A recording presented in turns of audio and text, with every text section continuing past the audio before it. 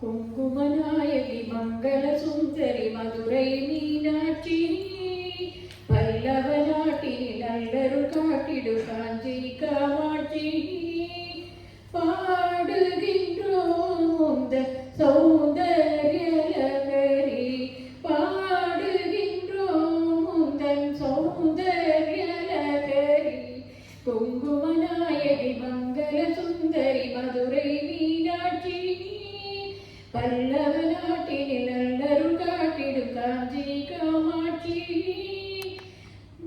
நித்தமும் எப்பவும் சொக்க கொஞ்சிடும் பாண்டியன் பொன்மகளே எங்கள் வீட்டினில் என்றும் வீசிடும் தென்றல் நீயே பச்சை பைகிளி பட்டு கைகளில் ஏந்திய பூந்தளிலே எந்தன் வாழ்க்கையும் முந்தன் கைகளில் தஞ்சம் தாயே வா வரலட்சுமி அருள் செல்வம் நீயே வா வரலட்சுமி அருள் செல்வம் நீயே பாடுகின்றோம் உந்தன் சௌந்தர்யலகரி உந்தன் மந்திரம் இங்கே தங்கிடும் அந்நியர் ஓதுகிறார் எந்த காலமும் எந்த தேசமும் உன்னை போற்றும் தங்கை மேரியும் அன்னை மாறியும் ஒன்றென காணுகிறார் எல்லா பாஷையும் எல்லா பூஜையும் உன்னை சேரும் வேண்டும் வரயாவும் தரும் தெய்வம் நீயே பாடுகின்றோம் உந்தன் சௌந்தர்யலகரி குங்குமநாயகி மங்கள சுந்தரி மதுரை மீனாட்சி பல்லவ நாட்டினில் நல்லருள் காட்டிடும் காஞ்சி காமாட்சி பாடுகின்றோம் உந்தன் சௌந்தர்யலகரி. இங்கு கூடியுள்ள அனைவருக்கும் என் இனிய மாலை வணக்கங்கள். அளப்பரே தவமுடித்து அமரர் பெருமையும் தொல்பரம்பு மதுரை மீதே தோன்றி விளங்கினார். இன்று மீனாட்சி சுந்தரேஸ்வரர் திருக்கல்யாண வைபவத்தை தம்முடைய செம்மொழி பேச்சு புலமையாலே நம்முடைய சொற்பொழிவாற்ற வந்திருக்கும் திருமதி மல்லிகா சேகர் அவர்களை வருக வருக என வரவேற்கிறேன். திருமதி மல்லிகா சேகர் அவர்கள் நமது பேஸ்போரை சேர்ந்தவர். குறித்த நேரத்தில் சொற்பொழிவை தொடங்கி நம்மையெல்லாம் பக்தி வெள்ளத்தில் திளைக்க வைத்து குறித்த நேரத்தில் தம்முடைய உரையையும் நிறைவு செய்யும் பண்பு கொண்டவர். செவிக்குணவிலேயே சிறிது வயிற்றுக்கும் ஈயப்படும் என்பது பழமொழி. அதற்கேற்ப சங்கத்தமிழ் வளர்த்த மதுரையை காத்தருளும் மீனாட்சி சுந்தரேஸ்வரர் திருக்கல்யாண வைபவத்தை செவிகுளிர கேட்டு அனுபவிக்க வந்துள்ள அனைவரையும் வருக வருக என வரவேற்கிறேன். விருந்தோம்பல் தமிழர் தெய்வம் என்பார்கள். அந்த தமிழரின் பாரம்பரியத்தில் இன்று நாமெல்லாம் மீனாட்சி அம்மையின் திருமண சொற்பொழிவில் பங்கெடுக்கின்றோம் என்பது நமக்கெல்லாம் பெரும் மகிழ்ச்சி. மணநாள் ஆனந்த நாளாம் மாதேவி கல்யாணம் மாதவனை பெருமைப்படுத்தும் என்பது போல இத்தெற்கல்யாண சொற்பொழிவு பக்தியையும் பண்பையும் சேர்த்த ஒரு புனித நிகழ்வாக அமைய இருக்கின்றது. அன்பும் அறமும் உடைத்தவே இம்மண் என்கிற பழமொழியை போலவே இந்த நிகழ்வும் அன்பும் அருளும் ஆனந்தமும் நமக்குள் பரவி நம்மை ஆன்மீக பாதைக்கு இட்டு செல்லும். வந்தாரை வாழ வைக்கும் மதுரை மீனாட்சிக்கு நமஸ்காரங்கள் என்று கூறி திருமதி மல்லிகா சேகர் அவர்களை பேச அழைத்து என்னுடைய வரவேற்புரையை நிறைவு செய்கிறேன். நன்றி.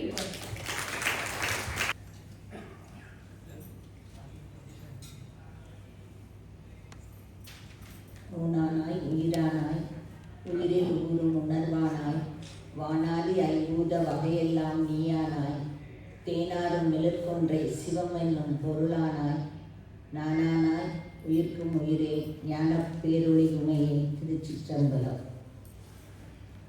குடியிருக்கும் அனைவருக்கும் என்னுடைய பணிவான மாலை வணக்கங்கள். கேக்குதா? பிரார்த்தனை பாடல் பாடி வரவேற்புரை கொடுத்த அவங்களுக்கும் நன்றி. மீனாட்சி திருக்கல்யாணம் சமீபத்தில் மதுரையில் முடிஞ்சிருக்கு. அப்போ நம்ம எல்லா பிளேஸ்லேயுமே அதை கொண்டாடுறாங்க. எல்லா இடத்துலையும் மீனாட்சி திருக்கல்யாணம் பேசிகிட்டு இருக்கோம். அப்போ இந்த திருக்கல்யாண படலம் திருவிளையாடல் புராணத்தில், ஏன்னா அவங்க முதலே சொல்லிட்டாங்க குறித்த நேரத்தில் ஆரம்பித்து குறித்த நேரத்தில் முடிக்கணும்னு. அதனால் நான் ரொம்ப முன்னுரைக்கு எல்லாம் போகலை. நேராக வந்தால் தான் குறித்த நேரத்தில் முடிக்க முடியும். அதனால் அப்படி பண்ணலாம்.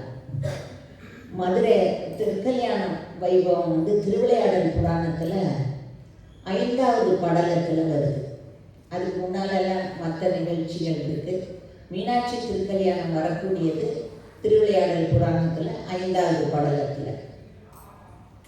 மதுரையில் மலையத்துவச பாண்டியனும் காஞ்சன மாலையும், மலையத்துவச பாண்டியன் தான் அங்கே ராஜா. அப்போ அவங்களுக்கு வந்து குழந்தை பாக்கியம் வேணும். அதுக்காக அவன் வந்து அஸ்வமேத யாகம் பண்ணுறான். அப்போ 99 அஸ்வமேத யாகம் பண்ணிடுறான். பண்ணின போது தேவேந்திரனுக்கு ஒரு சின்ன பயம் வருதான். என்னென்னா 100 அஸ்வமேத யாகம் பண்ணி யார் முடிக்கிறாங்களோ அவங்களுக்கு அந்த தேவேந்திர பதவி, அந்த இந்திர பதவி போகும். அப்போ இவனுக்கு வந்து ஒரு பயம் வந்துடுது. ஏற்கனவே 99 முடிச்சாச்சு, இன்னும் ஒன்று பண்ணினா நம்மளுடைய பதவி போயிருந்தேன். நான் அரசியல் பேசலை, அதில் இருக்கிறத சொல்கிறேன். அந்த மாதிரி அவனுக்கு ஒரு பயம் வந்துடுதான். அப்போ அவன் போய் சொல்கிறானா, நீ வந்து இந்த மாதிரி இது பண்ணாத, புத்திரகாமேஷ்டி யாகம் பண்ணு, அதுக்கு தான் பலன் கிடைக்கும் அப்படின்னு சொல்லி சொல்கிறானா. அப்போ இவன் உடனே புத்திரகாமேஷ்டி யாகத்துக்கு ஏற்பாடு பண்ணுறான் பாண்டியன். அப்போ யாகம் செய்கிறதுக்கு ஏற்பாடெல்லாம் பண்ணுறாங்க. அப்போ சொல்லுவாங்க சில நல்ல நிமித்தங்கள் சகுனங்கள் எல்லாம் தோணும். இப்போ நம்மளுக்கே நம்ம வீட்டிலலாம் எங்கேயாவது ஒரு அவசரமாக நம்ம வெளியே போகிறோம்னா சேர் என்னமோ அங்கே தான் இருக்கும். நம்ம பாட்டுக்கு போகும்போது நம்ம போய் அதில் தட்டிடுவோம். ஆனால் நம்ம என்ன சொல்லுவோம், சேர் இடிச்சிருச்சு அப்படின்போம். சொல்லிவிட்டு கொஞ்ச நேரம் உட்காந்து ஒரு தண்ணி குடிச்சிட்டு போக சொல்லுவாங்க அம்மா. போகாத, காலை இடறிடுச்சு, அது மாதிரி அந்த சகனம் சரியில்லை அப்படின்வாங்க.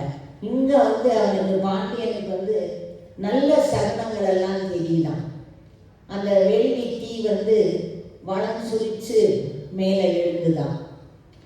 இன்னும் நல்ல என்ன சகனங்கள், மலையத்துவச பாண்டியனுக்கு அவனுடைய வலது தோல் துடிச்சுதான், காஞ்சன மாலைக்கு அவளுடைய இடது கண்ணு துடிச்சுதான். இந்த மாதிரி நல்ல சகனங்கள் எல்லாம் வருது. எல்லா இடத்துல இருந்தும் யாகத்துக்கு எல்லாரும் வர்றாங்க. புனித நீரெல்லாம் கொண்டுட்டு வந்து எல்லாம் செய்து யாகம் ஆரம்பிக்குது. இப்போ மீனாட்சி அம்மனுடைய அவதாரம் நமக்கு அங்கே தான் சொல்கிறாங்க. அந்த வேள்வி தீயிலிருந்து ஒரு 3 வயது பெண் குழந்தை அதிலிருந்து வர்றாங்க, அந்த வேள்வி தீயிலிருந்து. அப்போ அந்த குழந்தை எப்படி வர்றா, எல்லா விதமான அலங்காரத்தோட அந்த தேவியாவே அப்படியே தெய்வீக குழந்தைய அந்த அக்னியிலிருந்து எழுந்து வர்றாளாம். எப்படியெல்லாம் இருக்கு, ஆண்டாளுக்கு வேற ஒரு பக்கம் கொண்டைன்னா மீனாட்சி கொண்டை ஒரு பக்கம் இருக்கும். அந்த கொண்டையில சுற்றி முத்து சரங்கள், கழுத்தில் நல்ல மாலை, கையில் எல்லாம் நகைகள் போட்டு, காலில் கொலுசு எல்லாம் போட்டு அந்த குழந்தை வந்து ஓடி வந்து காஞ்சன மாலையுடைய மடியில் உட்கார்ந்துக்குதான். அந்த யாகத்திலிருந்து வர்ற குழந்தை ஓடி வந்து உட்கார்ந்தோன்னா காஞ்சன மாலை தன்னுடைய மடியில் அந்த குழந்தைய தூக்கி வைக்கும்போது அவளுக்கு சந்தோஷமா இருக்கு. ஆனால் மலையத்துவச பாண்டியனுக்கு சந்தோஷமா இல்லை. அதை சொல்றதுக்கு முன்னால அம்பாள் வந்திருக்கா இல்லையா, அவளுக்கு வந்து ஒரு 5 போற்றி சொல்லணும்னு சொல்லுவாங்க. அங்கேற்க நம்மையே போற்றி, அகிலாண்ட நாயகியே போற்றி, அருமறையில் வரம்பையை போற்றி, அறம் வளர்க்கும் அம்மையே போற்றி, அரசிலம் குமரியே போற்றி, மலையத்து வசன் மகளே போற்றி. அம்மையை போற்றி சொல்லி நாம் வணங்கணும். அப்போ அந்த குழந்தை அவள் மடியில் உட்கார்ந்த உடனே அவளுக்கு சந்தோஷமா இருக்கு. மலையத்துவச பாண்டியனுக்கு மகிழ்ச்சியாகவே இல்லையா, அவனுக்கு ரொம்ப சோகமாக இருக்கான். ஏன் அப்படின்னாக்க அந்த குழந்தை 3 மார்பகங்களோட இருக்குதான் அந்த பெண் குழந்தை. அப்போ அவனுக்கு அப்பவே ஒரு மனசுக்கு ஒரு கவலை வருது. இந்த குழந்தைய நாளைக்கு திருமணம் பண்ணி யார் திருமணம் பண்ணிக்குவா, இதை எப்படி வளர்க்குறது அப்படின்னு சொல்லி அவனுக்கு ஒரு கவலை வருதான். அப்போ ஒரு அசரீரி வாக்கு கேட்குது, நீ கவலைப்படாத, இந்த குழந்தைக்கு தடாதகை அப்படின்னு பேர் வச்சு ஒரு ஆண் குழந்தைய நீ எப்படி வளர்ப்பியோ அந்த மாதிரி அந்த குழந்தைய நீ வளர்க்கணும். அதுக்கு எல்லா விதமான கலைகளும், இப்போ ஒரு ராஜாக்கு ஒரு ராஜகுமாரன் அவங்க வளர்க்குறதா இருந்தால் எந்த விதமான போர் பயிற்சி என்னெல்லாம் சொல்லிக் கொடுப்பாங்களோ அதை எல்லாமே நீ இந்த பெண் குழந்தைக்கு சொல்லிக் கொடு. அவளை ஒரு ஆண் மகனை மாதிரி நீ வளர்க்கணும். அவள் வளர்ந்த பிறகு அவளுக்கு அவளுடைய அந்த திருமண வயது வரும்போது அந்த பெண் என்னைக்கு தான் திருமணம் செய்யும் அந்த மணாளனை சந்திக்கிறாளோ அப்போ அந்த 3வது மார்பகம் மறைஞ்சிடும். அதனால நீ கவலைப்படாத, இப்போ அவளை நீ அந்த மாதிரி ஒரு ஆண் குழந்தைய மாதிரி நீ வளர்த்துக்கோ அப்படின்னு அந்த அசரீரி வாக்கு சொல்லுது. அதனால நம்ம இப்போதான் நம்ம பெண்கள் எல்லாரும் முன்னேறி இருக்கோம். நம்ம எல்லாம் இப்போ பைலட்டாக இருக்காங்க, போர் முனைக்கு போகிறாங்க, எல்லாம் சொல்கிறோம். அன்னைக்கு மீனாட்சி அம்மை நமக்கு இதெல்லாம் செய்தி காட்டியிருக்கிறதாக திருவிளையாடல் புராணத்திலே இருக்குது. ஒரு ஆண்மகன் என்னெல்லாம் பண்ணுவாளோ எல்லாம் கற்றுக்கிட்டாலும், யானை ஏற்றம், குதிரை ஏற்றம், தேர் ஏற்றம், வில்லம்பு பண்ணுறது எல்லா கலையும் கற்றுக்கிட்டு அப்புறம் அவளுடைய நேரங்களில் பண்டிதர்களை உட்கார வச்சு கவிஞர்கள்லாம் அவங்கள்ட்ட கவிதையெல்லாம் அவங்கள சொல்லி அதை கேட்டு தன்னுடைய கல்வியையும் எல்லா வளர்ச்சியையும் அவையெல்லாம் செய்து தடாதகை பிராட்டியார் வளர்றார். இன்னும் அந்த குழந்தை வளர்றப்பவே அதனுடைய அந்த குழந்தை பருவத்தை சொல்கிறாங்க. சாதாரண குழந்தைகள் எப்படி இருப்பாங்க, மதுரை மாநகரில் அவள் குழந்தைகளோட அம்மானை விளையாண்டாளாம், பூப்பந்து விளையாண்டாளாம், பாண்டி விளையாண்டாளாம், சிறுசோறு சமைத்து விளையாண்டாள். அது என்ன அந்த சிறுசோறு சமைத்து விளையாடுறதுங்கிறதுக்கு ஒரு விளக்கம் கொடுக்குறாங்க. எல்லாருக்கும் ஞாபகம் இருக்கும், முந்தையெல்லாம் இந்த பொங்கல் சமயத்தில் வீடுகளெல்லாம் இந்த செம்மண் கொண்டு கூடையாக போடுவாங்க. அந்த பொங்கலுக்கு முன்னால் வீட்டில் செம்மண்ணெல்லாம் இட்டு அதெல்லாம் பண்ணும்போது அதை வச்சு ஒரு சிறு வீடு கட்டுவாங்க. குழந்தைகள் விளையாடுறதுக்காக அந்த மண்ணை குழைச்சி ஒரு சின்ன வீடு, அடுப்பு, ஒரு துணை அடுப்பு அதெல்லாம் வச்சு ஒரு மேலே எல்லாம் பண்ணி ஒரு சின்ன வீடாக கட்டுவாங்க குழந்தைங்களுக்கு. பொங்கல் முடிஞ்சு அந்த அடுத்த நாள் சிறு வீட்டு பொங்கல்னு சொல்லி குழந்தைங்க அதில் பொங்கல் வச்சு விளையாடுவாங்க. ஒரு சின்ன மண்பானையில் இந்த இதெல்லாம் வச்சு அப்படி ஒரு விளையாட்டு உண்டு. மீனாட்சி அம்மை அந்த சிறுசோர் சமைத்து விளையாண்டாங்க. இந்த மற்றதெல்லாம் விளையாண்டது போக இந்த குறிப்பு அதில் இருக்கு, சிறுசோர் சமைத்து விளையாண்டாலாம்.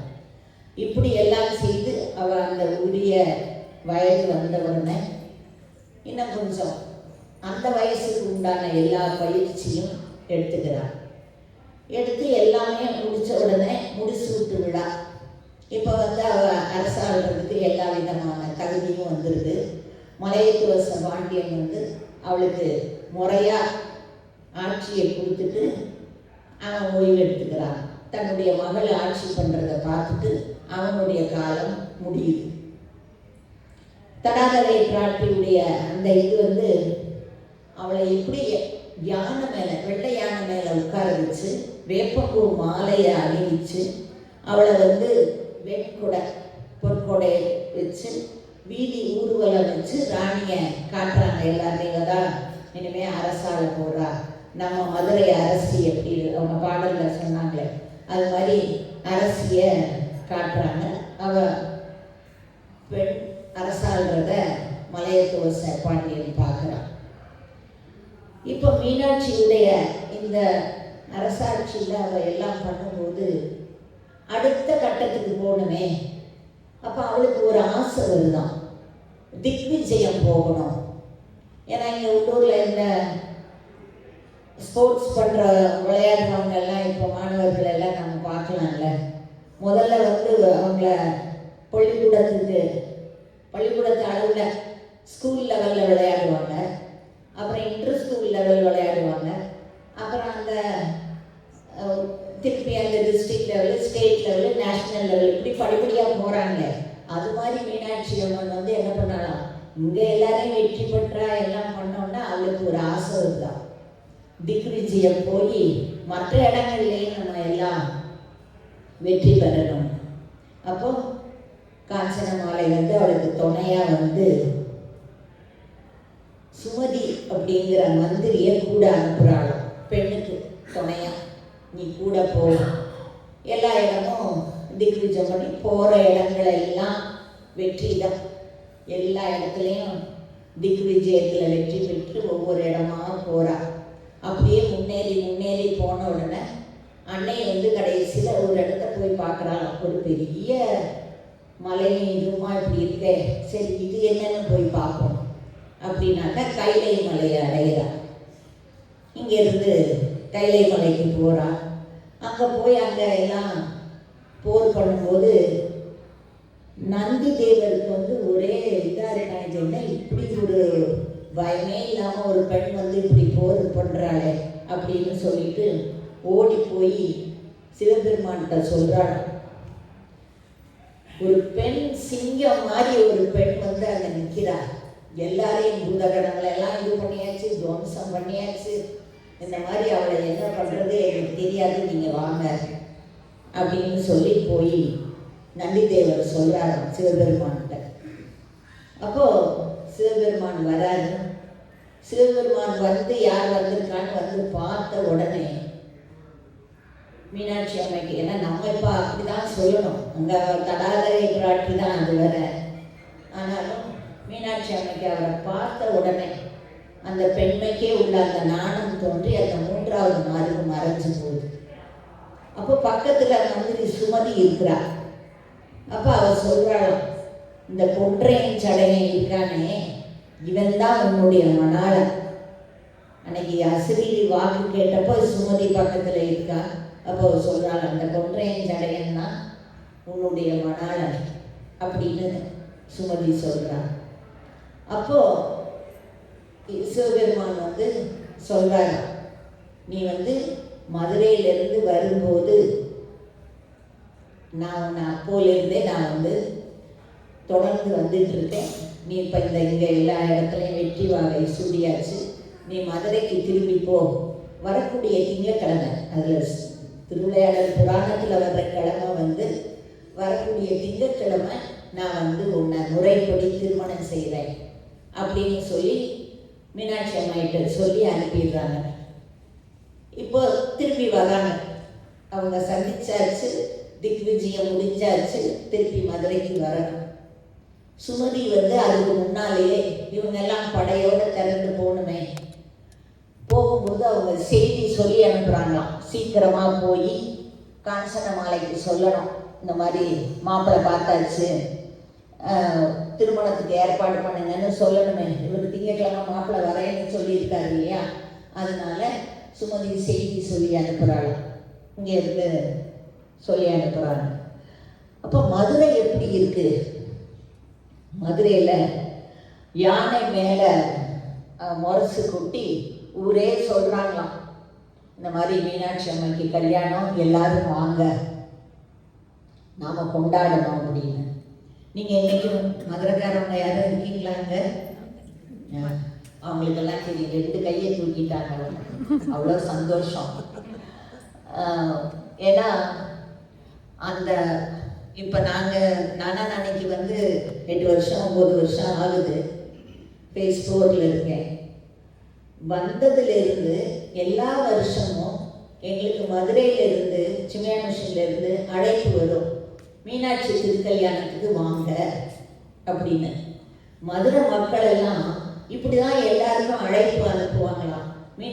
நம்ம மீனாட்சி கல்யாணத்துக்கு வாங்க, நம்ம மீனாட்சி திருக்கல்யாணத்துக்கு வாங்க அப்படின்னு சொல்லி போட்டு ஊர் பூரா எல்லார் வீடு நிறைய விருந்தினரா. ஏன்னா எல்லாரும் அவங்கவுங்க சொந்தக்காரவங்களை கூப்பிட்டுருக்காங்க, எல்லார் வீட்லேயும் விருந்தாளி இருக்காங்களாம். ஊர் பூரா சமைக்கிறாங்க, யார் வேணா யார் எங்கே வேணா போகலாம், கோலாகலமாக இருக்கான் ஊர். தோரணம் ஊர் பூரா எல்லாரும் வீடுகளில் தோரணம் கட்டியிருக்காங்களாம். எல்லாரும் அவங்கவுங்க வீட்டை சுண்ணாம்படிச்சு வீடை புதுப்பிச்சு அவங்கவுங்க புத்தாடை உடுத்தி அப்படி ஒரு சந்தோஷமா, காரணமே அந்த ஒரு வார்த்தை போட்டிருக்காங்க. மக்கள் எல்லாம் காரணமே இல்லாமல் குதூகலமாக இருந்தாங்களாம். நான் நினச்சிட்டேன், காரணமே இல்லாமல் நமக்கு கோபம் வருது, ஏன்னே தெரியல.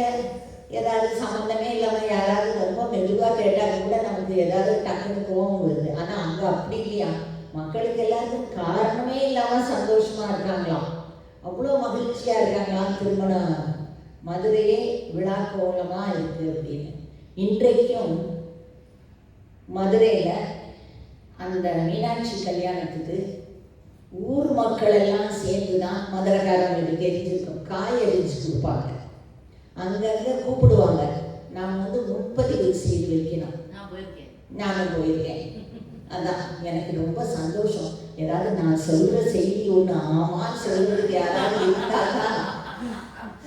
ஏன்னா எங்கள் என்னுடைய பேத்தி இப்போ திருமணம் ஆயாச்சு. அவளுக்கு சின்ன வயசில் அவங்க தாத்தா கதை சொல்லும்போது இந்த குருவாயூரப்பன் கதை இதெல்லாம் சொல்கிறப்போ பட்டத்திரி வந்து குருவாயூரப்பன்கிட்ட ஆமாவா குருவாயூரப்பான்னு கேட்பாருன்னு ஒரு நாள் சொல்லிட்டாங்க. அந்த கதை கேட்கும்போது வேற எந்த கதை கேட்டாலும் கொடுக்குன்னு அது ஓடி போய் அந்த கிருஷ்ணர் பொம்மைகிட்ட நின்று ஆமாவா குருவாயூரப்பா ஆமாவா குருவாயூரப்பான்னு கேட்கும். அது மாதிரி எனக்கு ஆமாம் சொல்லிட்டாங்கன்னா யாராவது சரி நம்ம சொல்கிறத ரொம்ப சந்தோஷமாக இருக்குது. அப்போது எல்லாரும் பதிவு பண்ணணும்.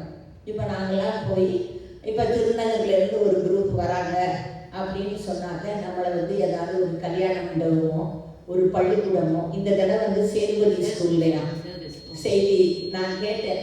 ஏன்னா இப்போ மீனாட்சி கல்யாணம் பேசுறதுனால அங்கே இருக்கிறவங்ககிட்ட கேட்டேன், நீங்கள்லாம் எங்கே காயறிஞ்சிங்க போய் அப்படின்னு. அப்போ சேதுபதி ஸ்கூல், அங்கே தான் பாரதியார் வேலை பார்க்குற ஸ்கூலுன்னு சொல்லி அதுக்கு ஒரு அந்த ரூமுக்கு முன்னாலேயே போட்டிருப்பாரு, பாரதியார் இந்த வகுப்பை தான் எடுத்தார் அப்படின்னு. அங்கே போய் காய்கள் அறிஞ்சு கொடுப்பாங்க ஊர் மக்கள் எல்லாரும் சேர்ந்து. அவங்களால என்ன முடியுமோ, இப்போ உங்கள் எல்லாருக்குமே உள்ள ஒரு மைண்ட் வாய்ஸோடு இந்த அம்மா போய் என்ன காய் அறிஞ்சு கொடுத்துருப்பாங்கன்னு. ஆனால் அன்னைக்கு ஒரு 10 வருஷத்துக்கு முன்னால் செய்ய முடிஞ்சது. நாங்கள் எல்லாரும் கீழே போய் உட்காந்து எல்லாரும் தேங்காய் திருவி கொடுப்பாங்க, அவங்களுக்கு வேலையை கொடுத்துருவாங்க. இப்படியாக மீனாட்சி கல்யாணம் இன்றைக்கும் அப்படி தான் நடக்குது எல்லாரும். அதே போல் இப்போ மீனாட்சி அம்மன் கோயில் அந்த மதுரையில் பூராவும் வீதியில் எத்தனை வியாபாரிகள் இருப்பாங்க, எல்லாரும் பல மதத்தை சேர்ந்தவங்க இருப்பாங்க. எல்லாருமே வந்து மீனாட்சியை வணங்குங்கிறவங்க மட்டும் இல்லை. ஆனால் அங்கே அந்த மத நல்லிணக்கமாக இன்னைக்கும் மீனாட்சி அம்மன் கோயிலில் பரம்பரையாக ஒரு இஸ்லாமிய குடும்பத்தில் இருந்து இந்த மீனாட்சி திருக்கல்யாணத்துக்கு எல்லாருக்கும் இந்த சரடு கொடுப்பாங்க. இந்த மீனாட்சி குங்குமம், அதில் ஒரு மஞ்சள் கிழங்கு, ஒரு சரடு வச்சு எல்லாருக்கும் கொடுப்பாங்க. அந்த இஸ்லாமிய குடும்பத்திலிருந்து இன்னமும் அவங்க கொடுத்துட்ருக்காங்களாம் அதை வந்து எல்லாருக்கும். அதே போல் அந்த வியாபாரிகள் பலவிதம், எல்லா வியாபாரியும் அரிசி மண்டி வச்சுருக்கவங்க, தேங்காய் மண்டி வச்சுருக்கவங்க எல்லாரும் அது அவங்க எந்த மதத்தை சேர்ந்தவங்களாக இருந்தாலும் மீனாட்சி கல்யாணத்துக்கு அப்படின்னு சொல்லி அவங்க ஒரு தொகையை கொடுத்துருவாங்க. அது மாதிரி ஊர் கூடி மீனாட்சி திருமணம் இன்றைய அளவுக்கு கூட நடக்குது. அதுதான் அங்கே மதுரையுடைய சம்பிரதாயம். அதுபோல் எல்லாருமா சேர்ந்து மீனாட்சி கல்யாணம் பண்ணுறாங்க. புத்தாடை உடுத்தி குதிரை யானை அதுக்கெல்லாம் கூட அலங்காரம் பண்ணாங்களாம். இங்கே கூட நம்ம இந்த பொங்கல் ஏதோ இருக்குது, நம்ம நானியுடைய ஏதோ ஒரு ஃபேஸுக்கு போகும்போது பார்க்கலாம். குதிரைக்கு எல்லாம் நல்ல அலங்காரம் பண்ணி அதை ஓட்டிட்டு வருவாங்க, அங்கே பார்த்துருக்கோம். அந்த மாதிரி மக்கள் யானைக்கு அலங்காரம் பண்ணியிருக்காங்களாம், குதிரைக்கு அலங்காரம் பண்ணியிருக்காங்களாம், அவங்கள புத்தாடை உடுத்தியிருக்காங்க, அது வேற இது எல்லாம் பண்ணியிருக்காங்களாம். இன்னும் என்ன பண்ணாங்களாம், வீதி நெடுக புழுதியை பன்னீர் தெளித்து அதை சமப்படுத்தி கோலம் போட்டாங்களாம். கொஞ்சம் கற்பனை பண்ணி பார்க்கணும் எப்படி இருந்திருக்கோம் ஊர் அப்படின்னு. பன்னீர் தெளித்து கோலம் போட்டு ஊரெல்லாம் அலங்காரம் பண்ணாங்களாம். இப்படி மதுரையில் மீனாட்சி சொக்கநாதருடைய அந்த திருமண வைபவம் நடக்குது. யாரெல்லாம் வந்திருக்காங்க, யாரெல்லாம் பண்ணுறாங்கன்னு. இப்போ நம்ம திருமண வைபவத்துக்கு முன்னால் இது இப்போ மதுரை மீனாட்சி திருமண கல்யாணம்னா இவ்வளோ ஏற்பாடு நடந்திருக்கு. இப்போ இது நம்ம பெண் வீட்டுக்கு நடந்தது, இதெல்லாம் பார்த்தோம். இப்போ அந்த கையில மாப்பிள்ளை வீட்டில் என்ன நடந்ததுன்னு நம்ம கொஞ்சம் பார்க்கணும். ஏன்னா கல்யாணத்தை நம்ம விடுகிறது நேரம் ஆயிடுமே அப்படிங்கிறதுக்காக நம்ம சொல்கிறோம். ஆனால் அங்கே கையில என்ன நடந்தது அந்த மாப்பிள்ளை வீட்டில், அதை நம்ம பார்க்கணும். அங்கே எப்படின்னா இவரு போய் சொல்லும்போது சிவபெருமானத்தை சொல்கிறப்ப அங்கே ஒரு வித்தியாசம் நடக்குதான். இந்த மாப்பிள்ளை அழைப்பு, அங்கேருந்து மாப்பிள்ளையை கூட்டிகிட்டு வரப்போ மாப்பிள்ளைக்கு யார் அலங்காரம் பண்ணுறது, இது ஒரு தனி செய்தியாகவே இருக்கிறதுனால நான் அதை அந்த திருமணம் இல்லாமல் அந்த மாப்பிள்ளையை பற்றி மட்டும் சொல்கிறதுக்காக அதை சொல்கிறேன். அப்போது மாப்பிள்ளைக்கு யார் அலங்காரம் பண்ணுறது, மாப்பிள்ளை எப்படி இருக்காராம், அதை கொஞ்சம் நம்ம பார்க்கணும்ல. இப்போ நம்ம ஒரு திருமணம் முடிஞ்சிடும், இப்போ பேரனோ பேத்தி கல்யாணம் முடிஞ்சிட்டு வந்ததுக்கு அப்புறம் தான் நம்ம அதை பற்றி பேசிகிட்டே இருப்போம். அப்படி நடந்தது, இது நடந்தது, நாங்கள் இப்படி ஊருக்கு போனோம், நாங்கள் இதை இப்படி பண்ணினோம், இவங்கெல்லாம் வந்தாங்க, யாரெல்லாம் வந்தாங்க, இப்படி நம்ம பேசுவோம். அதுபோல் இந்த செய்தியில் மாப்பிள்ளைக்கு எப்படி பண்ணுறதுன்னு, யார் அலங்காரம் பண்ணுறது, மாப்பிள்ளை யார், சிவபெருமான். எப்படி இருக்காராம், குபேரன் போகிறார் அவருக்கு அலங்காரம் பண்ணுறதுக்கு. அவருக்கு வேற யார் அலங்காரம் பண்ண முடியும்? இப்போ நம்மளை கூப்பிட்டா என்ன ஏதாவது ஒரு கிஃப்ட் ஒரு சின்ன டப்பா கொண்டு கொடுக்க முடியும். சிவபெருமானுக்கு யார் அலங்காரம் பண்ணுறது? குபேரன் போகிறாராம் அலங்காரம் பண்ணுறதுக்கு. ஆனால் குபேரன் அலங்காரம் பண்ணுறதுக்கு போய் பார்க்குறாரா, அவருக்கு என்ன பண்ணுறதுன்னே தெரியலையா. என்ன காரணம்னா, காதில் 2 சின்ன குட்டி பாம்பு சுற்றிட்டு இருக்கு, கழுத்தில் ஒரு பாம்பு சுற்றி அது ஒரு பக்கம் படம் எடுத்துட்டு இருக்கு. இந்த கையில் முந்தியெல்லாம் நடனம் ஆடுறவங்க வீட்டிலலாம் சொல்லுவாங்க, வங்கின்னு ஒன்று போடுவாங்க. அது இப்படி சுற்றி ஒரு சின்ன பாம்பு, அது கையில் ஒன்று இப்படி படம் எடுத்துட்டு இருக்கு. இப்படி மேலே பூரா இந்த பாம்பு தான் அவருக்கு ஆபரணமாக இருக்கு. குபேரன் பார்த்தாராம், இதை எல்லாத்தையும் போக சொல்லணுமே, கலத்தணுமே. இந்த கழுத்தில் காதில் இருக்கிறதெல்லாம் எடுத்து கீழே விட்டா அது திருப்பி போய் காதில் சுற்றிக்குதான், அது இடத்த விட மாட்டேங்குதான். அது போய் ரொம்ப கெஞ்சிட்டாராம், இப்படி மாப்பிள்ளை போனால் யாருப்பா எப்படிப்பா கல்யாணம் நடக்கும், கொஞ்சம் எல்லாரும் கீழே இறங்குங்களேன் அப்படின்னு போய் கெஞ்சினாராம். அது திருவிளையாடல் புராணத்தில் இது ஒரு பகுதியாகவே ரொம்ப அழகாக பெரியவங்க வர்ணனை பண்ணுவாங்க. எனக்கு அந்த அளவுக்கு சுவைப்பட சொல்ல தெரியல. அதை போய் இறக்கி விட்டாரு.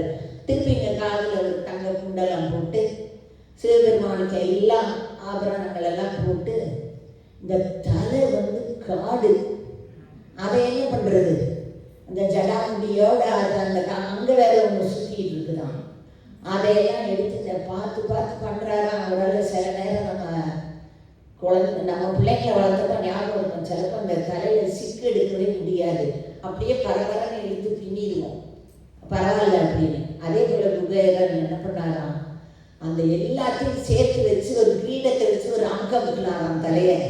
சிவபெருமான் சொன்னாராம், இன்னைக்கு தானே நீ உனக்கு இதெல்லாம் என்ன பண்ண முடியும், பண்ணிக்கோ அப்படின்னாராம். அந்த தலையை அந்த கிரீடத்தை வச்சு ஒரு அங்கம் சொன்னாராம். அந்த காடை அவரால் இது பண்ண முடியலையா. அப்படியாக சிவபெருமான ஒரு வழியாக அந்த புலித்தோல் ஆடையெல்லாம் எடுத்துட்டு ஆபரணங்கள் எல்லாம் அணிவிச்சு அவரை அலங்காரம் பண்ணி மாப்பிள்ளை ஊர்வலம் அப்படிதான் வந்துதான் மதுரைக்கு.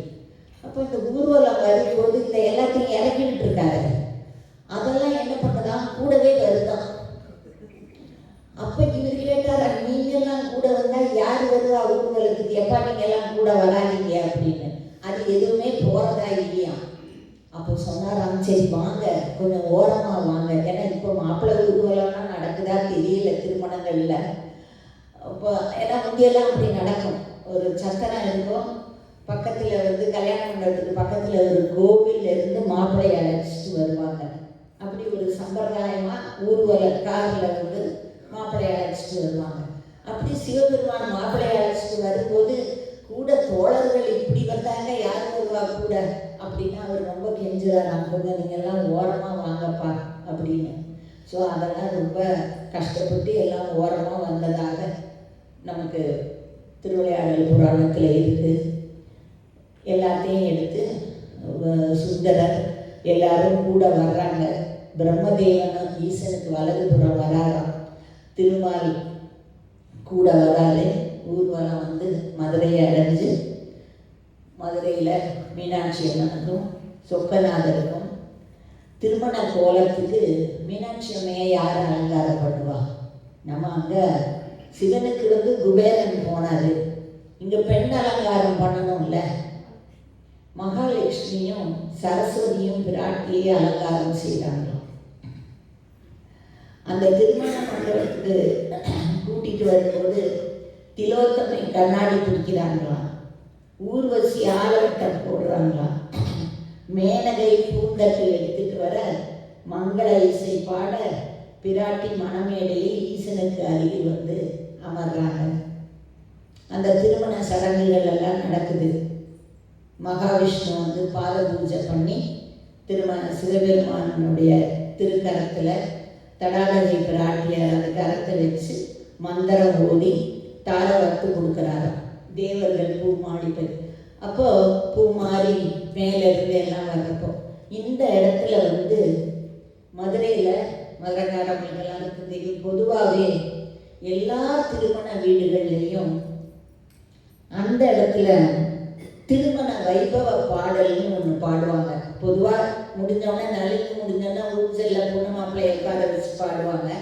மீனாட்சி திருக்கல்யாணத்தில் பொண்ணு மாப்பிள்ளைய அந்த வைபவ பாடல்னு ஒன்று பாடுவாங்க.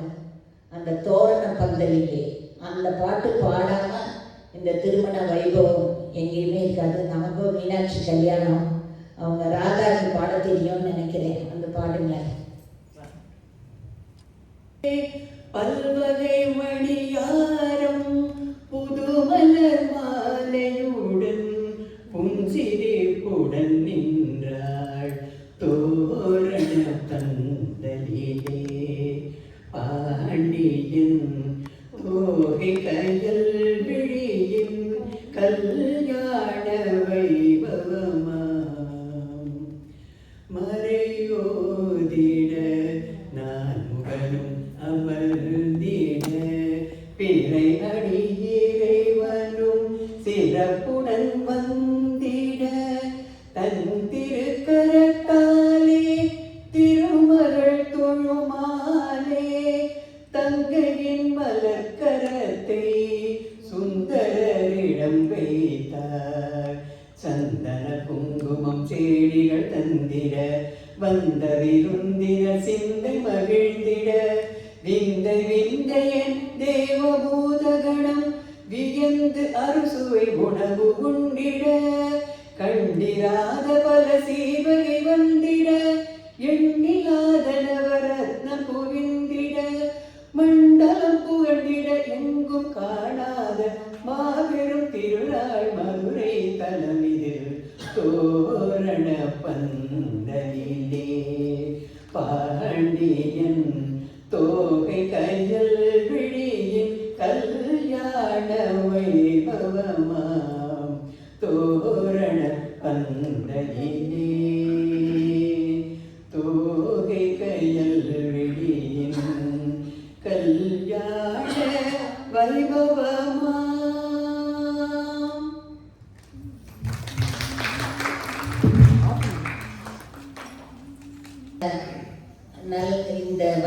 பாட்டு இல்லாமல் மதுரையில் எந்த கல்யாணம், எல்லா கல்யாண வீட்லேயும் விசேஷ வீடுகளில் எதில் இருந்தாலும் இந்த தோரண பந்தலிலே பாடுவாங்க. நான் வந்து நேற்று பேசும்போது அவங்க பிஆர் சார்கிட்ட இதை சொல்ல நான் மறந்துட்டேன். பிரார்த்தனை பாடல் பாடுறாங்கன்னு சொன்னாங்க. இந்த மாதிரி அங்கே யாருக்காவது இது தெரியுமா பாட சொல்லுங்கன்னு சொல்கிறதுக்கு நான் மறந்துட்டேன். இந்த நல்ல நிமித்தம்னு நம்ம முதல் சொன்னோமே, நான் இங்கே வந்த உடனே இவங்கள வந்து ராதாவே எனக்கு நான் +2 இருக்கிறப்ப நாங்கள் அங்கே நிறைய சந்திச்சிருக்கோம், அவங்கள தெரியும். நான் வந்திருக்கேன், அவங்க எதேச்சியாக உள்ளே வந்தாங்க. வந்த உடனே நான் சொன்னேன், அப்படியே பார்த்து பேசிட்டு இருந்தோன்னே தோரண பந்தலிலே பாடல் எழுதிட்டு வந்திருக்கேன். நான் சொன்னேன், ஐயோ நான் நினச்சிட்டே இருந்தேன் யாரையாவது அந்த நேரத்தில் பாடுறாங்களான்னு கேட்கணுன்னு. அப்போ நீங்கள் பாடுங்க, எனக்கு இதுதான் அந்த நல்ல நிமித்தம். நமக்கு இறைவன் நமக்கு காமிச்சு கொடுத்தது வந்து அந்த ஒரு நல்ல சகுனம் அது. அந்த மாதிரி அம்பாள் அந்த மீனாட்சி சொக்கநாதருடைய இப்போ வந்து அவர் சொக்கநாதரா எப்படின்னா அவ்வளோ அழகா. மற்ற நாள் நீங்கள் திருக்கல்யாணம் நம்ம அந்த டிவியில் பார்க்குறப்ப குறிப்பாக தெரியும். எப்படி அப்படின்னா அவருக்கு வந்து அன்னைக்கு கன்னத்தில் திருஷ்டி போட்டு வச்சுருப்பாங்க சிவபெருமானுக்கு. நல்லா தெரியும், நல்லா ஒரு கருப்பு திருஷ்டி போட்டு வச்சுருப்பாங்க. திருஷ்டி விழுந்துருமா? எதனால திருஷ்டி விழுந்தான்? மீனாட்சிக்கு பக்கத்தில் உட்கார்ந்து இருக்கிறதுனால அவருக்கு திருஷ்டி விழுந்துருமா? அப்படி நான் சொல்லலை, இது என்னுடைய சொந்த கதை கிடையாது. திருவிளையாடல் புராணத்தில் எழுதியிருக்காங்க. இந்த மாதிரி தேவி பிராட்டியினுடைய அருகில் உட்கார்ந்ததுனால சொக்கநாதருக்கு திருஷ்டி விழுந்துருமா, அதனால அவருக்கு திருஷ்டி போட்டு வச்சிருக்காங்களாம். இப்படியா இப்போ வந்தாச்சு. இவர் வந்ததுக்கு அப்புறம் விருந்தினர்கள்லாம் திருப்பி அவங்கவுங்க இடத்துக்கு ஊருக்கு திரும்பிட்டாங்க. எல்லா ஊர்ல இருந்து வந்திருந்தவங்க எல்லாரும். இங்க மதுரையில் இப்போ என்ன மாற்றம் நடக்குது?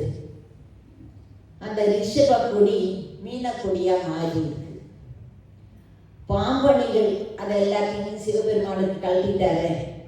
அதெல்லாம் இப்போ பொண்ணு ஆபரணங்களா மாறி இப்போ அவர் ராஜா இல்லையா, சொக்கநாதர். அதனால அவர் அலங்காரத்தோட இருக்காரு. அந்த கொன்றை மாலை வந்து வேப்ப மாலையா மாறி இருக்கு. அதாவது கொன்றையும் ஜடையன்னு சொன்னால இப்போ வந்து அது வேப்ப மாலையா மாறி இருக்கு. புலித்தோல் ஆடை வந்து பட்டு பீதாம்பரமா மாறி இருக்கு. அந்த பிறை சூரிய சடாமுடியை எடுத்துட்டு இப்போ வைரமுடி, இன்னைக்கு மதுரையில் வைரமுடி சேவைன்னு ஒன்று நடக்கும். அது பார்க்கறதுக்கு ரொம்ப விசேஷமாக போவாங்க.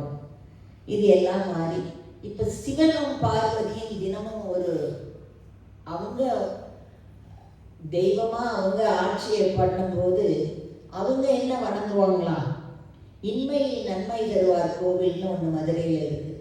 அந்த கோவிலுக்கு தினமும் இவங்க 2 பேரும் போய் வணங்கி பிரார்த்தனை செய்ததாக நமக்கு செய்தி.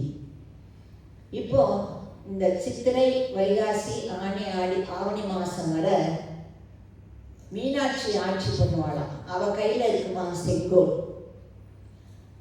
அதுக்கப்புறம் 6 மாதம் சொக்கநாதர் கையில் இருக்குமா செங்கோல். அவருடைய ஆட்சி நடக்குமா. 6 மாதம் மீனாட்சி, 6 மாதம் சொக்கநாதர் அப்படிங்கிறது ஒரு இன்னைக்கும் அந்த சம்பிரதாயங்கள், அந்த செங்கோல் மாற்ற வைபவங்கள் எல்லாம் மதுரையில் இன்னைக்கு நடக்கும். இன்னைக்கு நம்ம போய் மீனாட்சி அம்மனை பார்த்தோம்னா அம்பாள் வந்து அங்கே எப்படி இருக்கானா, மரகத பச்சை கல்லில் பண்ணின சாதாரண நம்ம இந்த சிலை வடித்த சிற்பம் உருவம் கிடையாது, அவன் மரகத கல். அப்போ அதனால உள்ள வந்து ரொம்ப இந்த மேலே சத்தம் இதெல்லாம் ரொம்ப அதிர்வு இல்லாமல் பார்த்துக்குவாங்களாம். ஏன்னா அந்த இது விரிசல் ஆயிடுமா. அதனால அந்த மரகத கல்லால் ஆகின விக்கிரகம் அவள் தோளில் வந்து நம்ம பார்ப்போம் ஒரு கிளி உட்காந்துருக்கோம் எப்போவுமே. அப்போ அதுக்கு ஒரு சின்ன சொல்லுவாங்களே அந்த கர்ண பரம்பரை கதை அப்படின்னு அந்த நம்பிக்கை ஒரு கதை சொல்லுவாங்க. அந்த கிளி வந்து ஒரு நாள் ஏதோ வேற பருந்தோ ஏதோ ஒன்று அதை அடித்தோன்னா அது சிறகெல்லாம் அடிபட்டு அது போய் விழுந்துருது. அப்போ அந்த கிளி வந்து அழுகுதான், நீ தான் அம்மா, நீ தான் காப்பாற்றுவேன்னு எல்லாரும் சொல்கிறாங்க, என்னை இப்படி நான் கிடக்கிறேனே அப்படின்னு சொல்லி அந்த கிளி ரொம்ப அழுத போது அந்த தாயா எடுத்து அவள் தன்னுடைய தோளில் வச்சுட்டான் அந்த கிளியை. உட்கார்ந்த கிளி அதுக்கப்புறம் இறங்கவே இல்லையா, அது அங்கேயே உட்காந்துருச்சான். இப்போ அந்த கிளி என்ன பண்ணுதான் நமக்காக? இப்போ நாம் வந்து சாதாரணமாக எல்லாரும் இருந்து கோயிலுக்கு போய் சாமி கும்பிட்டு எல்லாரும் நம்ம பக்கத்தில் எல்லாரும் நின்று ஒன்றா கூட்டு பிரார்த்தனை செய்கிறப்போ நம்ம கண்களை மூடி சத்தம் இல்லாமல் மனசுக்குள்ளே பிரார்த்தனை பண்ணிக்குவோம். இந்த யாரும் இல்லாமல் வீட்டில் உட்காந்தோ இல்லைன்னா சாமி கும்பிடுறப்ப பக்கத்தில் யாரும் இல்லைன்னா நல்ல சாமியை கோவத்தில் சண்டை கூட போடுவோம். உனக்கு கண்ணு இல்லையா, இவ்வளோ கஷ்டப்படுத்துறியே, இப்படி எல்லாம் ஏதோ நம்மளை சாமியும் நம்மளும் ஃப்ரெண்டு மாதிரி நம்ம பேசிக்குவோம். அந்த மாதிரி இந்த வரக்கூடிய பக்தர்கள் எல்லாம் மீனாட்சியை பார்த்த உடனே என்னெல்லாம் அவங்க பிரார்த்தனை மனசுக்குள்ளே பண்ணுறாங்களோ அதெல்லாம் இந்த கிளி கேட்டுக்குமா. கேட்டுட்டு மீனாட்சிக்கு காதில் சொல்லுவோம். அந்த சொன்னதை கேட்கும் திருப்பி சொல்லும் கிளிப்பிள்ளைன்னு இது நம்ம சொல்கிறதெல்லாம் இந்த கிளிப்பிள்ளை கேட்டுக்குமா. கேட்டுட்டு மீனாட்சிக்கு காதில் சொல்லுமா, இவங்கெல்லாம் இதை சொன்னாங்க அப்படின்னு. அதுதான் அந்த மீனாட்சியும் அவ குளி. அந்த மீனாட்சி அம்மன் கோவிலில் அவங்க தரக்கூடிய அந்த குங்குமம், எல்லா ஊர்லேயும் குங்குமம் விற்கிறாங்க. அந்த மீனாட்சி குங்குமங்கிறது ஒரு தனி சிறப்பு. அதுக்கு என்ன அப்படி தனி சிறப்புன்னு ஒரு மேல்நாட்டுக்காரர் அங்கே வந்தவர், அவருக்கு ஒரு சந்தேகமாக என்ன எல்லாரும் மீனாட்சி குங்குமம்னு இதை இவ்வளவு புனிதமாக இந்த மாதிரி பண்ணுறாங்களேன்னு அவர் தன் ஊருக்கு அதை எடுத்துகிட்டு போய் அதை வந்து அவர் ஆராய்ச்சி பண்ணாராம். அதில் என்ன இருக்குது, அதனுடைய இது என்னென்னு பார்த்தாக்க அதில் அவர் கொடுக்குற அவருக்கு கிடைச்சது வந்து அதில் ஒரு காந்த சக்தி இருக்குது அப்படின்னு கண்டுபிடிச்சாங்க. அதில் வந்து ஒரு காந்த சக்தி இருக்குது அந்த குங்குமத்தில். அதனால தான் அந்த மீனாட்சி குங்குமம் அவ்வளோ விசேஷம் அப்படின்னு சொல்லுவாங்க.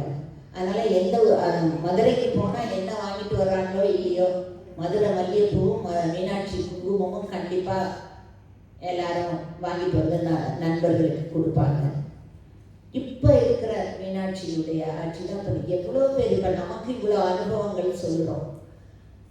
அந்த மதுரையில் ஒரு அன்னைக்கு நம்ம விளக்காரங்க காலத்தில் நாம் இருக்கும்போது ஒரு கலெக்டர் இருக்காரு. இன்னும் ஒரு 5 நிமிஷத்தில் முடிச்சுக்குவேன், பரவாயில்லையா? ஏன்னா அவர் தண்ணி கொண்டு வந்து வச்சோன்னே ஒரு குறிப்பு சொல்கிறாருன்னு நினச்சிக்கிட்டேன். நேரம் ஆச்சோ இல்லை நகைச்சுவையாக தான் சொன்னேன், அவர் டென்ஷன் ஆகிடாதீங்க. ஏன்னா இதுவும் ஏதாவது ஒரு குறிப்பு சொல்கிறாரோ, மணியை பாருங்க அங்கே 6 ஆச்சு, எனக்கு நேரம் தான் இருக்கு வெளியாகும் அப்படின்னு. இதுதான் இதோட நம்ம நிறைவு செய்யலாம். அப்போது ரோஸ் பீட்டர் அப்படின்னு சொல்லி ஒரு கலெக்டர் மதுரையில். அப்போ அவர் அங்கே இருக்கும்போது அந்த மீனாட்சி அம்மன் கோயிலை தாண்டி போகும்போது அவர் பார்ப்பாராம், மக்கள் இப்படி இவ்வளோ பக்தியோடு இருக்காங்களே என்னன்னு சொல்லிட்டு அவருக்கு மனசு வராராம். அவங்கெல்லாம் குதிரையில் தான் அப்போல்லாம் போவாங்க. அப்போ அவர் அந்த மீனாட்சி அம்மன் கோயிலை தாண்டி குதிரையில் போகும்போது என்ன பண்ணுவாராம், அவர் குதிரையிலேருந்து இறங்கி தன்னுடைய அந்த அவர் அப்போல்லாம் அந்த ஒரு பெரிய தொப்பி ஒன்று போடுவாங்க வெள்ளக்காரவங்க, அந்த தொப்பியை எடுத்துருவாராம். குதிரையிலேருந்து இறங்கிடுவாராம். இறங்கிட்டு தன்னுடைய காலில் போட்டிருக்க அந்த காலணிகளை எல்லாம் கழட்டிட்டு அவர் பவ்யமாக அந்த குதிரையிலேருந்து இறங்கி மீனாட்சி அம்மன் கோயிலை தாண்டி போன பிறகு குதிரையில் ஏறி போவாராம். அந்த அளவுக்கு அவர் வந்து மதிச்சாராம். இவங்க எல்லாரும் இப்படி இந்த தெய்வத்தை வணங்குறாங்கன்னு அவரும் மதுரையில் இருக்கிறது அவ்வளோ பக்தியோடு இருந்தார். அப்போ ஒரு நாள் நல்ல மழை, இடியும் மின்னலுமா மழை பெய்கிறப்போ இவருக்கு தூக்கம் போயிடுது. அப்போ இவருக்கு மனசில் ஒரு கவலை, ஊருக்குள்ளே தண்ணி வந்துடுவோம், மக்களெல்லாம் என்ன கஷ்டப்படுவாங்க, இவ்வளோ மழையாக இருக்கே அப்படின்னு இவர் கவலைப்பட்டுட்டு இருக்கப்போ யாரோ வந்து அவரை கூப்பிடுறது மாதிரி இருக்குது. பார்த்தாக்க ஒரு சின்ன பெண் குழந்தை வந்து அவரை கையை பிடிச்சி பீட்டர் வெளியே வா அப்படின்னு சொல்லி அந்த குழந்தை அவரை தங்கன்னு இழுத்துட்டு வந்துருக்கு. அவர் படுத்திருக்கிறது. அப்போ இவர் அந்த குழந்தை கூப்பிடும்போது உடனே எந்திரிச்சு வரலையா. இது நான் என்னுடைய காலில் அவங்கெல்லாம் செருப்பெல்லாம் இல்லாமல் நடக்கவே மாட்டாங்க. அப்போ அவர் சொல்கிறாரா, இது நான் போட்டுட்டு வரேன்னு இவர் அந்த பெண் குழந்தை அவர் கையை பிடிச்சிருக்கு. இவர் இறங்கி காலில் செருப்பை போட்டுட்டு அந்த பெண்ணோட வெளியே வராரா. அது வேகமாக அவரை கூட்டிட்டு அந்த கட்டடத்திலேருந்து வெளியே வருது. வெளியே வந்து திரும்பி பார்த்தோன்னா அந்த கட்டடம் இடிச்சு விழுந்துருது அப்படியே. அப்போ அவருக்கு ரொம்ப பிரமிப்பாக இருக்குது. கொஞ்ச நேரம் கழிச்சு பார்க்குறாரு, அந்த பெண் குழந்தை கொடுக்குன்னு அது ஓடி போகிறது அவருக்கு தெரியுது, மறைஞ்சிதான். அப்போ இவருக்கு தெரியுது வந்து நம்மளை காப்பாற்றினது. ஏன்னா நம்ம சொல்கிறோம் வெள்ளக்காரங்க நம்மளை ஆட்சி பண்ணாங்கன்னு, ஆனால் அந்த கடவுள் நம்பிக்கையோடு இருந்தவங்க இருக்காங்க. அப்போ அவருக்கு தெரியுது நம்மளை காப்பாற்றினது அந்த மீனாட்சி அம்மை தான் அப்படின்னு. அப்போ இங்கே கலெக்டர் பங்களா இடிஞ்சு விழுந்துருச்சு அப்படின்னு எல்லாரும் பயந்து ஓடி வராங்க. வரும்போது வந்து பார்த்தாக்கா இவர் பாதுகாப்பாக இருக்காரு. அப்போ இவர் சொல்கிறாரு, என்ன இந்த மாதிரி ஒரு சின்ன பெண் குழந்தை வந்து என்னை காப்பாற்றிடுச்சு அப்படின்னா. அப்போ தெரியுது, அவருக்கும் தெரியுது, வந்திருக்கவங்களும் சொல்கிறாங்க மீனாட்சி தான் அவங்களை காப்பாற்றியிருக்கா அப்படின்னு. அப்போ இவர் எல்லாம் முடிச்சோன்னா அவருக்கு தோணுது, நம்ம என்ன பண்ணணும், நம்ம ஏதாவது பண்ணணுமே மீனாட்சிக்குன்னு அவருக்கு மனசில் தோணுதான். அப்போ என்ன பண்ணுறது? அப்போ கேட்குறாரு, என்ன பண்ணணும், மீனாட்சிக்கு என்ன வேணும்? ஒன்றும் வேண்டாம். அப்போ யாருக்குமே ஒன்றும் சொல்ல தெரியலையா. அப்போ அவர் அப்படியே உட்காந்து யோசிக்கிறாரு, நம்ம இவ்வளோ தூரம் நம்ம உயிரை காப்பாற்றின இந்த மீனாட்சி அம்மைக்கு நம்ம ஏதாவது பண்ணணும் அப்படிங்கிறப்ப அவர் அப்படியே யோசிக்கிறப்ப அவருக்கு அந்த குழந்தை ஓடி வந்தது, இவரை விட்டுட்டு ஓடி போகிறப்ப அது வெறும் காலோட ஓடுறது அவருக்கு தெரியுது. அதனால் உடனே என்ன சொல்கிறாரா, அம்மைக்கு நான் வந்து ஒரு பாதுகை பண்ணி கொடுக்குறேன் மீனாட்சி அம்மனுக்கு அப்படின்னு. அப்போ இன்னைக்கும் அந்த அது இருக்குது. அப்போ என்ன சொல்கிறாரு, தங்கத்தில் நவரத்னங்கள் பதிச்ச ஒரு ஜோடி காலணிகளை செய்து மீனாட்சி அம்மனுக்கு பீட்டருடைய சமர்ப்பணம்னு கொடுக்குறாரா. இன்றைக்கும் மீனாட்சி அந்த ஊர்வலம் வர்றப்போ அவர் பூப்பல்லாக்கு தேரில் வரும்போது அவருடைய நினைவாக மீனாட்சி அம்மனுக்கு அந்த பாதுகையை போட்டு தான் அவள் வலம் வருவாளாம் ராணியா. அதனால் ஒரு பக்தனுக்கு இப்படி அவர் வந்து கடைசியில் தன்னுடைய இறுதி காலத்தில் சுதந்திரம் அடைஞ்சு எல்லாம் முடிஞ்சோன்னா அவர் தன்னுடைய தேசத்துக்கு திரும்பி போகவே இல்லையா. மதுரையிலேயே அவருடைய இறுதி காலம் முடிஞ்சு அவர் ஒரு உயிர் எழுதி வச்சாராம், என்னுடைய காலத்துக்கு பிறகு மீனாட்சி அம்மனை பார்த்து என்னுடைய கல்லறை இருக்கிறது மாதிரி அமைக்கணும் அப்படின்னு. இன்றைக்கும் அந்த மாதிரி தான் அவருக்கு அங்கே கல்லறை இருக்குது. அவருடைய நினைவாக இன்றைக்கும் அங்கே வந்து அவரை வந்து மக்கள் எல்லாரும் பீட்டர் பாண்டியன்னு கூப்பிடுவாங்களாம் அன்பா. அவர் பேர் ரவுஸ் பீட்டர். ஆனால் அவர் இப்படி மீனாட்சி அம்மன் கிட்ட இவ்வளோ பக்தியாக இருந்ததுனால அவரை பீட்டர் பாண்டியன் அப்படின்னு கூப்பிடுவாங்கன்னு. இது போல் இன்னும் எவ்வளவோ நிறைய மீனாட்சி அம்மன் அருள் இருக்குது. அவளுடைய அருளோட இன்னொரு சந்தர்ப்பத்தில் நம்ம சிந்திப்போம். நம்மளுடைய நேரம் கருதி நான் சொல்ல வேண்டியது என்னென்னு திருப்தியாக கல்யாணம் எப்படி நடந்ததுன்னு யாராவது பெரியவங்க வந்து எனக்கு ஒரு ஃபீட்பேக் கொடுங்க. திருமண வைபவம் எப்படி இருந்ததுன்னு தெரியணும்ல, யாராவது வந்து சொல்லுங்க. ஐயா யாராவது வாங்க வந்து. கொடுத்தா சொன்னீங்க இல்லையா, அப்பா தானே ஜாதகத்துக்கு அப்போ மலையத்தூர் பாண்டியன் இல்லையா?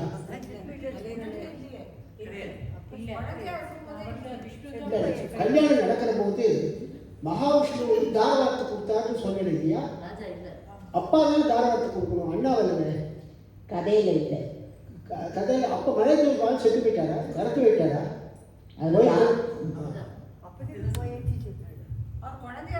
அவளை பட்டம் கட்டினோடனே போயிடுறாரு. அவளை பட்டம் கட்டினோமா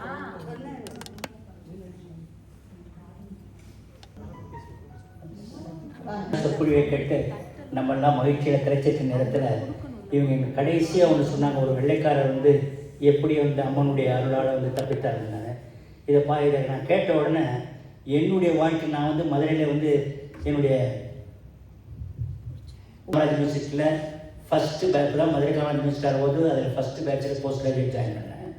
அது மட்டும் இல்லை, என்னுடைய போலீஸ் ட்ரைனிங் முதல் ட்ரைனிங் நான் வேலைக்கு செஞ்சோடனே அங்கே தான் ஆரம்பித்தேன். அப்போ வந்து எனக்கு வந்து மீனாட்சி அம்மனுடைய அருள் கடாட்சி எனக்கு எப்போதும் கிடச்சிட்டே இருந்தது. என்னை வந்து ஒரு சில இடங்களில் நான் தவறு செய்கிற போது என்னை எப்படி திருத்தி தான் ஆகும் அப்படிங்கிறத இவங்க சொன்ன மாதிரியே அந்த வாழ்க்கையில் எப்படி வந்து அம்மானுடைய அருள் நமக்கு கிடைக்கிறது அப்படிங்கிறத ஒரு சின்ன நிகழ்ச்சியை மட்டும் ஒரு நிமிஷத்தில் சொல்லி உங்களிடம் வந்து பெர்மிஷனோடு சொல்லலாம்னு நினைக்கிறேன். நான் வந்து அப்போ இளைஞனாக இருந்தேன். மதுரை அப்படின்னாலே தங்கம் தேட்டர் காலேஜ் ஹவுஸ்ன்னு தான் சொல்லுவாங்க. காலேஜ் ஹவுஸில் சாப்பிட்டுட்டு தங்கம் காஃபி அதுதான் சொல்லுவாங்க. அந்த மாதிரி இளைஞராக இருந்தாலும் நீங்கள் நினச்சி பார்க்கணும். 45 வருஷத்துக்கு முன்னாடி நான் காசு சொல்கிறேன். அப்போ வந்து நல்லா சுற்றிட்டு இருந்தோம். தீபாவளி வந்தது, டவுன் ரோடில் போய் வேணுங்கிற துணிமணியெல்லாம் வாங்கினோம். அப்போல்லாம் இளைஞர்கள் அப்படின்னாக்க ரேபன் காசு, ரேமான் பேண்ட்டு, விமல் புடவை, என்னுடைய சகோதரிகளுக்கெல்லாம் விமல் புடவை, இந்த மாதிரியானதான் அப்போதைய வழக்கம். இதெல்லாம் வாங்கிக்கிட்டு மீனாட்சி அம்மன் கோயிலுக்கு போனோம்.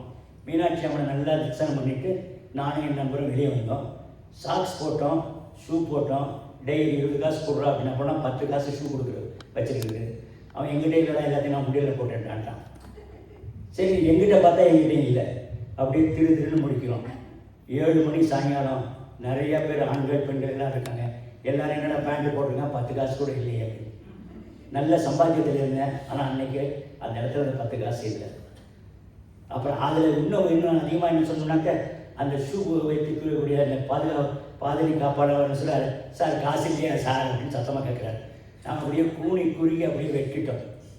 அப்போ தான் நினச்சேன், அம்பாள் எனக்கு வந்து இந்த மாதிரி மதிப்பை வந்து ஒரு பண மதிப்பையோ அல்லது எந்த இதையோ மதிப்பை வந்து எப்படி பண்ணணும் அப்படிங்கிறத எனக்கு சொல்லி கொடுத்தாங்க. அதை அந்த 45 வருஷத்துக்கு முன்னால் சொன்னது நான் இன்றைக்கும் கிடைப்பேன். அப்படிப்பட்ட அந்த மீனாட்சி தாயார் எல்லாரும் போயிட்டு நாளைக்கு வந்து போங்கன்னு சொல்லிட்டாரு. உங்களுக்கு தெரியும் அப்படின்ட்டாரு. அப்புறம் கடைசியாக இன்னும் ஒன்று இப்போ டக்குன்னு எனக்கு ஞாபகம் வருது. இப்போ எல்லோரும் நம்ம பேச மலை தெரிஞ்ச பாண்டியன், இது காஞ்சனமாலா தேவின்னு. அந்த காஞ்சனமாலா தேவிக்கும் மலை தெரிஞ்ச பாண்டியனுக்கும் ஒரு கோவில் இருக்குது. அது பல பேருக்கு தெரிஞ்சிருக்காது. அந்த கோவில் எங்கேயுமே இல்லை. மதுரையில் மீனாட்சி கோயிலேருந்து வெளியே வந்தோம்னாக்க 7 கடல் தெரு இருக்குது. அடுத்தது நீங்கள் போனீங்கன்னா நீங்கள் பார்க்கலாம். நன்றி. ஐயா கேட்டதுக்கு அவங்க கேட்டாங்க, தாரவாத்து கொடுத்தது யாரு? காஞ்சனமாலாவுடைய கோவில் படம். மலையத்துவ பாண்டியன் வந்து காஞ்சனமாலை அந்த அவங்க வந்து மீனாட்சி அம்மன் வளர்ந்து வரும்போது அவருடைய காலத்துக்கு அப்புறம்தான் இவ அரசாட்சி பண்றதை கொஞ்ச நாள் பார்த்த பிறகு அவர் காலம் முடிஞ்சிருது.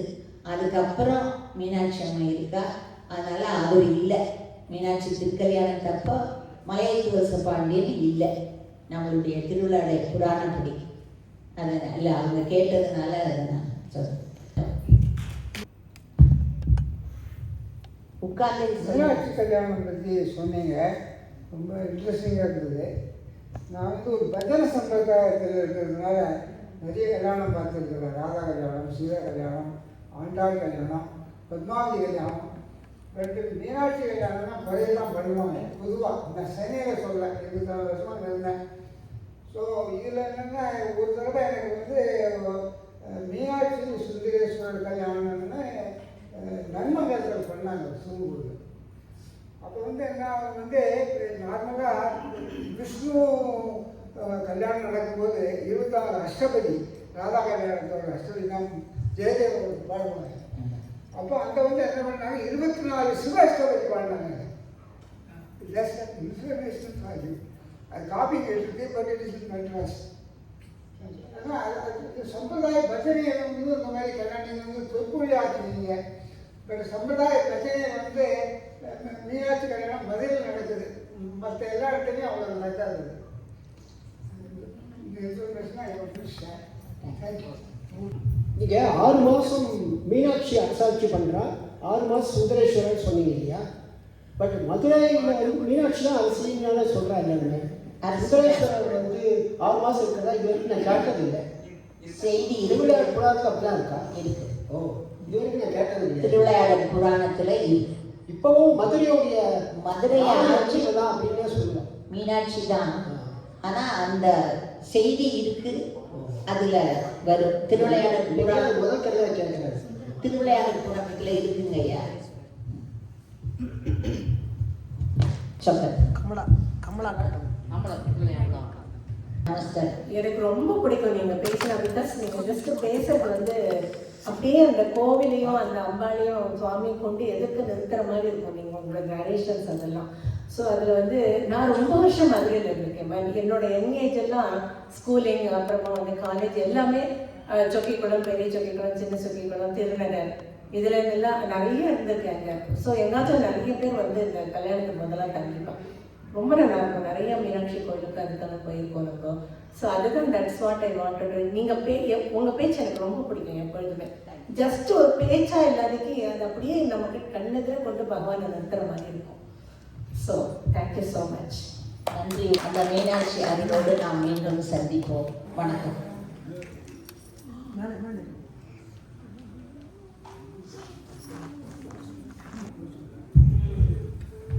എല്ലാ മീറ്റിങ്ങും സെലിബ്രേഷനും നടത്തി ഒരു ഫോർമാലിറ്റി ഫോട്ടോ സ്റ്റാൻഡ് കൊണ്ടുവന്നു. അപ്പം ഇതിൽ തന്നെ மீனாட்சி சுந்தரேஸ்வரர் திருக்கல்யாணம் இந்த ஸ்ரீமதி மல்லிகா சேகர் அவர்கள் ரொம்ப டீசெண்டாக இந்த சொற்பொழிவை இங்கே நடத்திட்டார்.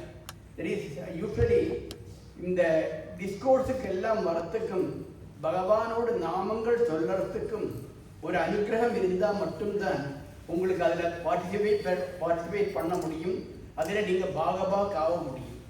அந்த ரீதியில் பார்க்கிறோத ஸ்ரீமதி மல்லிகா சேகர் அந்த திருக்கல்யாண வைபவத்தை ரொம்ப டீட்டெயில்டாக எளிமையான ரீதியில் ரொம்ப நல்லா சொல்லிட்டாங்க. நான் மேடத்தோடு இந்த ஸ்பீச் கேட்கறது ரெண்டாவது வாட்டியாக நான் மேடத்தோடு ஸ்பீச் கேட்குறேன். பட் சாதாரண கதியில் அவங்க ரொம்ப டீட்டெயில்டாக மதுரை கோவிலை பற்றி சொல்லும்போது தான் பின்ன நம்ம மதுரை கோவிலில் தரிசனத்துக்கு போகும்போது தான் அந்த மாமி இதெல்லாம் சொல்லியிருக்காங்க, இதெல்லாம் நம்ம மனசில் புரிஞ்சுட்டு அந்த பகவானை பார்க்கிறோத அதுக்கு கிடைக்கிற அந்த ஆத்மீய சைதன்யம் இருக்கே அது ரொம்ப பியூட்டிஃபுல்லாக சொல்ல முடியும்.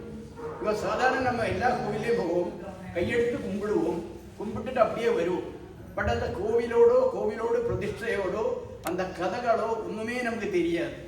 இந்த கதைகள் எல்லாம் சொல்லித்தர ஒரு ஜெனரேஷன் ஐ திங்க் நம்ம ஜெனரேஷனோடு கூடி முடிய போகிறது. அந்த கதைகள் அடுத்த ஜெனரேஷனுக்கு நம்ம சொல்லி கொடுக்குறவங்க ரொம்ப கம்மியாக இருக்காங்க. அந்த ஆங்கிளில் பார்க்கிறது மேடம் மல்லிகா சேகர் ரொம்ப நல்ல ஒரு ஈடுபாடோடு கூடி ரொம்ப நன்னா சொல்லியிருக்காங்க. அவங்களுக்கு எங்களோட மனமார்ந்த நன்றிகளும் வணக்கத்தையும் தெரிவித்துக் கொள்வோம். இதுபோல சொல்லும்போது தோரண பந்தல்லே பாட்டு பாடுனாங்க. எல்லா கல்யாணத்திலையும் இது இன்வேரியபடி இது நம்ம பாடிட்டு வரோம். அந்த பாடுற ஆள்காரும் குறைஞ்சு போயிட்டாச்சு, பாட்டு கேட்குற ஆள்காரும் குறைஞ்சாயிடுச்சு. ஆனால் அந்த பாட்டு ரசித்து பாடும்போது அதுக்கு கிடைக்கிற ஒரு உணர்வு இருக்கு, அது வேற ஒன்றிலே கிடைக்காது. அந்த நல்ல தோரண பந்தல்லே பாடின ராதா மாமிக்கு எங்களுடைய பேரில் நம்ம நன்றியே தெரியும். அதோடு கூட நம்ம இந்த டிஸ்கோர்ஸ் இத்தனை நானி ஃபேஸ் 5 நடத்தின அதை கோஆர்டினேட் பண்ணின ஸ்ரீமதி வசந்தகுமாரி அவர்களுக்கும் எங்களோட நன்றியை நாங்கள் கருத்தாக்குகிறோம். பிஆர்ஓக்கும் என்னுடைய நன்றியை தெரிவிச்சுக்கிறேன். அதோடு கூட அடுத்த ஸ்டாண்ட் நான் ஒரு ஸ்டேஜாக வரேன். அடுத்தது இந்த ஆடிட்டோரியத்தில் இந்த நானியோடு இந்த ஆடிட்டோரியம் மெடிடேஷன் ஹாலில் நமக்கு இந்த டிஸ்கோர்ஸ் அரேஞ்ச் பண்ணி தந்த நானி மேனேஜ்மெண்ட்டுக்கு ஃபஸ்ட்டு நம்மளோட நன்றியை தெரிவிக்கிறோம். நார்மலி நானி மேனேஜ்மெண்ட் எடுத்தோம்னா இட்ஸ் அன் இம்பர்சன். அந்த பர்சன் இங்கே இல்லை. It is getting represented by அவர் பிஆர்ஓ மிஸ்டர் பிராணேஷ். அதனால பிராணேஷுக்கும் நானியோட சார்பிலையும் நம்ம எல்லா ஃபேஸ் 5 ரெசிடென்ட்ஸோட சார்பிலையும் நம்ம மனமார்ந்த நன்றியை தெரிவித்துக் கொள்கிறோம். ஃபர்ஸ்ட் பிராணேஷை மட்டும் சொன்னா நம்ம சவுண்டும் சிஸ்டமும் இல்லாட்டா கடைசியில் இருக்கிறவங்க அவருக்கு காது கேட்காது. அது நம்ம மயில்சாமி தான் பண்றாரு. ப்ராபபிளி மயில்சாமி இன்னைக்கு எங்கேயோ கொஞ்சம் வேற பிஸியில் இருக்காரு. அப்ப அதனால மயில்சாமியோட பிரசன்ஸ் இங்க இல்லை. பட் அவரோட பிரசன்ஸ் நம்ம சவுண்டில் நம்ம கேட்கலாம். மயில்சாமி ஆனந்த் அதே மாதிரி தான் ஆனந்த் நானானி டீமே. இப்போ நம்ம நானானி ஃபேஸ் 5 எல்லாம் எல்லா நானானியும் ஃபேஸ்லையும் ஒரு ப்ரோக்ராம் நடத்துறதுன்னு வச்சா இவங்களோட எல்லாம் கான்ட்ரிபியூஷன் இல்லாதக்கு அந்த ப்ரோக்ராம் இங்கே நடத்த முடியாது. இவங்களோட கான்ட்ரிபியூஷன் இருந்தால் தான் அந்த அந்த celebration will be a grand success. அந்த ரீதியில் இந்த தேங்க்ஸ் சொல்லுன்னா நீ அடுத்து சொல்லணும். இதை நம்ம வீடியோகிராஃபர் எடுக்கிற மீனு இந்த எல்லா ஃபங்க்ஷனையும் மீனு தான் வீடியோகிராஃபர் எடுத்து யூடியூப்பில் அப்லோட் பண்ணுறாங்க. probably நானி ஃபேஸ் 5 எழுதி தொட்டாலே மீனோட யூடியூப்ல வருதுதான் வருது. இப்போ மீனுக்கும் நம்மளோட ஸ்பெஷல் டைம். இது கூட மாமி சொன்ன நிமித்தங்களை ரொம்ப கேட்டகரிக்கலா சொந்தம் லைஃப்பில் எக்ஸ்பீரியன்ஸ் பண்ணி மதுரை மீனாட்சியோட அனுகிரகம் பெற்ற ஒரு பக்தனா நம்ம ராம்தாஸ், நம்ம ஃப்ரெண்டு ராம்தாஸ் சொன்னார். அதுவும் ரொம்ப நல்லா இருந்தது. ஆக்சுவலி ரியல் லைஃப் எக்ஸ்பீரியன்ஸ் சொல்லும்போது தான் அந்த எமோஷனோடு கூடி அந்த ஃபீலிங்ஸோடு கூடி அந்த சொல்வை வெளியில் கொண்டு வர முடியும். அது ஸ்ரீ ராம்தாஸ் ரொம்ப நல்லா சொன்னார். அவருக்கும் எங்களோட பாராட்டுகளும் நன்றி. இனி எல்லாருக்கும் பாராட்டு நன்றியும் தந்தாச்சு. இதில் லாஸ்ட்டு நம்ம வந்த ஆடியன்ஸ் என்ன செலிப்ரேஷன் ஆனாலும் ஆடியன்ஸ் இல்லை, கேட்கறதுக்கு ஆள் இல்லைன்னு வச்சா வந்தவங்களுக்கும் பிரயோஜனம் இல்லை, இருந்தவங்களுக்கும் பிரயோஜனம் இல்லை. அப்போ கேட்கறதுக்கு ஒரு ஆடியன்ஸ் என்னைக்குமே இருந்தால் தான் it will be a charming spirit for the speaker as well as to the other persons of the audience. அந்த ஆஸ்பெக்டில் நம்ம நானானி ஃபேஸ் 5 ரெசிடென்ட்ஸுக்கு எல்லாம் இந்த டிஸ்கோர்ஸில் பங்கெடுத்து ரொம்ப ஆக்டிவாக டெலிபரேஷனில் எனக்கு தெரியும். நம்ம பாலசுப்ரமணியன் சார் 2-3 நல்ல டவுட்டே கேட்டார், நல்ல சயின்டிஃபிக் டவுட்டும் கேட்டார். பாலசுப்ரமணியன் சாருக்கும் நம்மளோட நன்றியை ரொம்ப தெரிவித்துக் கொள்கிறோம். நம்ம அடுத்து வந்தா நம்ம கமலாமாமியோட ஒரிஜின் மதுரையாக்கு நமக்கு தெரியாது. ஆனால் கமலாமாமி சொன்ன ஒரிஜினும் வச்சு பார்க்கிறோம்ல, கமலாமாமிக்கும் இந்த இவெண்ட நன்னாக்கிற கமலாமாமிக்கும் நம்மளோடு அன்பார்ந்த வணக்கத்தையும் நன்றியையும் தெரிவித்துக் கொள்கிறேன். இதுக்கு எல்லாத்துக்கும் நம்ம எல்லாரும் வந்தோம், நன்னா பாராட்டினோம். இந்த டிஸ்கோர்ஸை பக்தி சிரத்தையோடு கேட்டோம். மீனாட்சி சுந்தரேஸ்வரர் திருக்கல்யாணம் வைபோகம் நம்ம நன்னா கேட்டோம். அதுக்கு பகவான் நம்மளை எல்லாரையும் ஆசீர்வதிக்கட்டும் என்று சொல்லி இந்த உரையை இதோடு கூடி நிறுத்திக் கொள்கிறேன். நன்றி, வணக்கம். மேடத்துக்கு ஒரு குருதட்சிணை என்ற ரீதியில் மேடத்துக்கு அன்பளிப்பு வழங்கப்படுகிறது.